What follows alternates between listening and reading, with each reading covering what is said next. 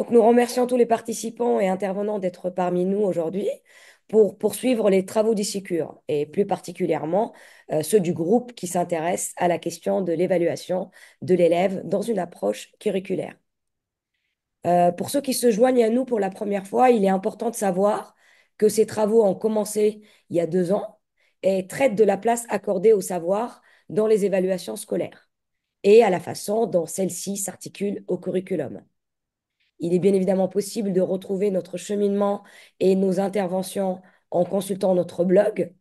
Et pour rappeler le contexte, lors de notre dernier séminaire qui s'est déroulé il y a un an à peu près à la même période, nous avons abordé la question des imaginaires qui semblaient empêcher toute évolution, voire au contraire participer à des résistances peu remises en cause, telles que la justice et la fiabilité évidente des notes.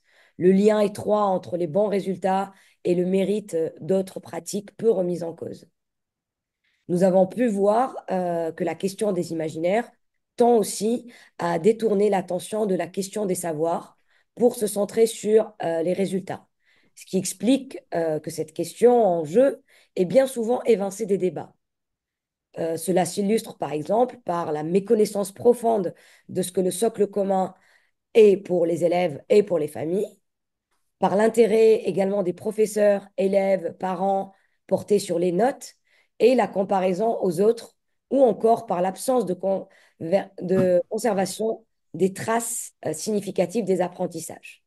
Ainsi, l'évaluation, qu'elle soit interne dans le quotidien des élèves ou qu'elle relève d'un examen, elle est aussitôt évacuée dès le résultat obtenu, ce qui reflète un désintérêt pour les savoirs et témoignent de leur juxtaposition tout au long de la scolarité.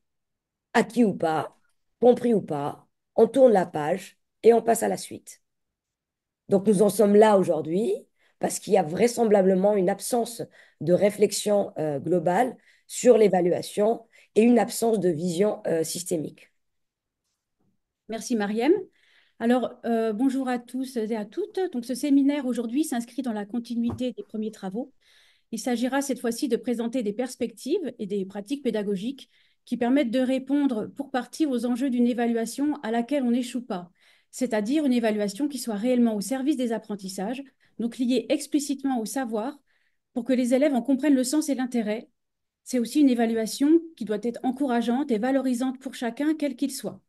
Donc l'issue pour les élèves se doit d'être différente de celle qu'ils vivent et ressentent actuellement. Il s'agira de les aider à passer d'une focalisation sur des notes ou des résultats, les leurs et ceux des autres, à un intérêt qui serait porté sur leur propre réussite, sur leurs ressources et leurs aspirations, et aussi sur ce qu'ils doivent apprendre, encore apprendre ou développer pour progresser. Il nous faudra bien sûr prendre en compte les différentes finalités de l'évaluation pour les élèves.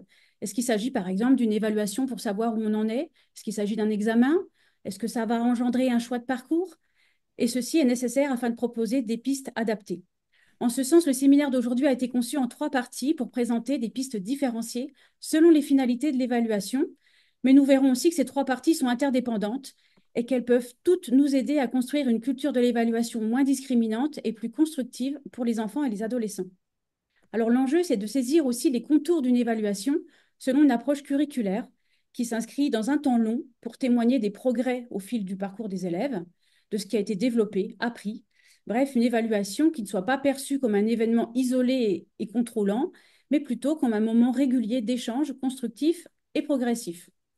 Donc, si dans la logique actuelle, en France, les examens semblent gouverner le reste, induire des pratiques bien en amont, il nous semble que porter un intérêt sur les savoirs et sur le parcours des élèves doit nous inciter à procéder dans l'autre sens et faire en sorte que les acquis du quotidien, les réussites, puissent progressivement dessiner les contours mêmes de la certification et contribuer aux décisions d'orientation.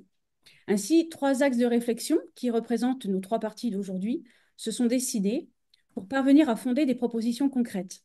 Donc, ils permettent de distinguer différentes fonctions de l'évaluation et ils sont aussi amenés à interférer. Donc, tout d'abord, nous nous intéresserons à l'évaluation pour accompagner les élèves et les aider à progresser. Donc, l'enjeu est double, valoriser et réguler. Il s'agit de passer d'évaluations qui constatent, voire qui sanctionnent et mesurent, à des évaluations qui permettent aux élèves d'apprendre et de progresser dans une visée constructive. Ensuite, en deuxième partie, nous questionnerons les procédures évaluatives pour valider les acquis et certifier. Donc, différents exemples seront là aussi proposés pour atténuer les effets néfastes de ces moments où beaucoup de choses se jouent pour les élèves. Et enfin, le troisième axe questionne explicitement l'orientation qui découle actuellement de la certification ou d'une accumulation de résultats, comme on le voit avec Parcoursup. Donc l'enjeu sera ici de penser à une orientation davantage choisie par les élèves et selon leurs aspirations, projets et capacités, et éviter les orientations de sanctions.